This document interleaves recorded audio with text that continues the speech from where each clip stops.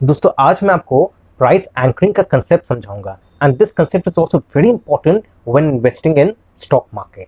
अब इस एग्जांपल से आपको बहुत क्लियर हो जाएगा कि about this concept of price anchoring. और हुआ क्या कि एक आदमी ने एक घर खरीदा था 4 करोड़ में अराउंड 8 years बैक, और उसके बाद उसको एक बायर मिला 12 करोड़ में। So he was able to make a profit of 8 crores in just 8 years of time. बहुत अच्छा डील मिला। पर वो बोला कि नहीं यार, मुझे कम से कम 15 करोड़ चाहिए, 12 करोड़ में काम नहीं पटेगा। जो बायर था वो 12 से देने के लिए ज़्यादा तैयार नहीं था, तो डील हुआ नहीं। 6 महीने गुजर गए, उसके बाद उसको नया डील मिला 10 करोड़ का। तो उसका जो दोस्त था उसने कहा कि यार अब ये ले लो डील, पहले 12 करोड़ का मिल रहा था वो नहीं लिए, अब 10 करोड़ का मिल रहा है, ये तो ले लो। वैसे देखा जाए तो तुमको अच्छा ही प्रॉफिट हो रहा है, क्योंकि 8 साल में 4 करोड़ का 10 करोड़ मिल रहा है, तो व्हाट इज द इशू।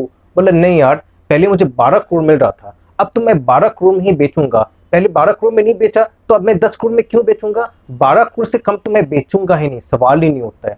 और वैसे ही और 1-2 साल निकल गया और उसका 10 करोड़ में भी उसको कोई बायर नहीं मिला। अब उसको मिल रहा था बायर 8 करोड़ में, और वहीं वो 10 करोड़ का एंकर प्राइस लेके बैठा था। वो बोले कि नहीं, अब हम 10 करोड़ से कम बेचेंगे नहीं, तो उसका घर बिका ही नहीं। वो बैठे रह गया घर के साथ। तो देखिए यहाँ, एक तो उसका वैसे नुकसान हुआ कि 12 करोड़ में बिका नहीं, दूसरा इंटरेस्ट लॉस भी हुआ है क्योंकि इतना साल तक वो अपना घर बेच नहीं पाया। और वैसे अपने इन्वेस्टिंग में भी क्या होता है, सपोज कोई शेयर खरीद लेते हैं सपोज 400 में, और उसके बाद वो अगर बढ़ जाता है टू 500 तो हम लोग खरीदते ही नहीं है। सोचते कि यार 400 में खरीदा, 25% बढ़ गया 500 में, अब तो सवाल ही नहीं खरीदने का। जब 400 के आसपास आए ना तब अपने खरीदेंगे। उसके बाद 500, 600, 700, 800 जाता है, वो फिर शेयर में घुस ही नहीं पाते और वो निकल ही जाता है अपने हाथ से। वैसे बहुत सा बार ऐसा होता है क्योंकि अपने वो एंकर प्राइस पकड़ के बैठ गए कि 400 में तो उससे ज्यादा अपने को खरीदना ही नहीं है।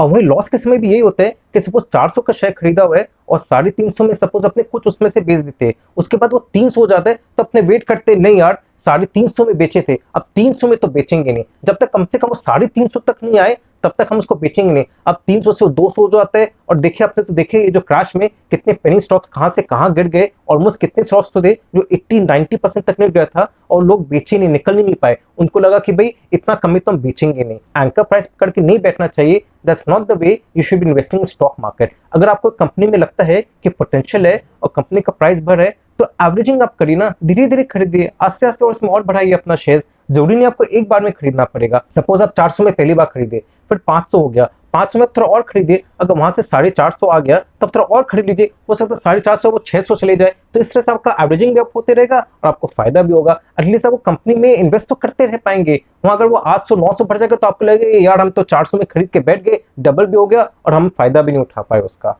सही टाइम पे घुसे तो थे कंपनी में, पर पूरा तरह से उस कंपनी का पोटेंशियल का एडवांटेज नहीं उठा पाए। इसलिए बहुत इंपॉर्टेंट है कि आप एंकर होके मत रहिए कोई भी प्राइस के ऊपर, बी फ्लेक्सिबल। और एक चीज हमेशा ध्यान में रखिएगा, always try to average up and don't try to average down.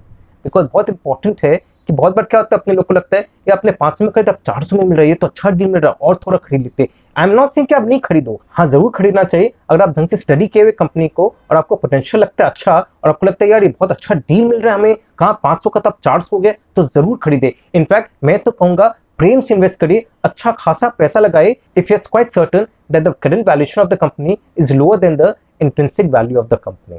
पर जनरली देखा गया कि एवरेजिंग अप में ही फायदा होता है। तो इन द लॉन्ग रन आप अगर एवरेजिंग अप करो तो मे बी आपको ज्यादा फायदा होगा compare to averaging down. I am not saying, again remember that, I am not saying that you can not average down, you can if you are getting a good value, no doubt about that. Specially जैसे मार्च में जब market crash कर गया था तो literally peanuts में कितने सारे कंपनीज मिल रहे थे। पर आई कैन अंडरस्टैंड, जब क्रैश होता है ना तब इतना बुरा हाल होता है, सब जगह ऐसे मायूसी छाई हुई थी और ऐसा लगता है कि बस मार्केट जैसे उस समय 7,500 तक ऑलमोस्ट पहुंच गया था तो लग रहा था कि मे बी 5,000 तक चला जाएगा।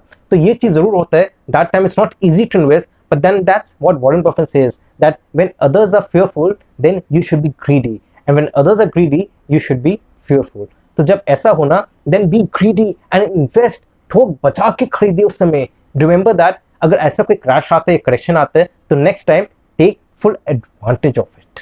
तो अगर आपको मेरा वीडियो अच्छा लगा तो लाइक और सब्सक्राइब जरूर करिएगा, और इसी टाइप की मोर इंटरेस्टिंग वीडियोस आपके सामने लाता रहूंगा। Thank you very much.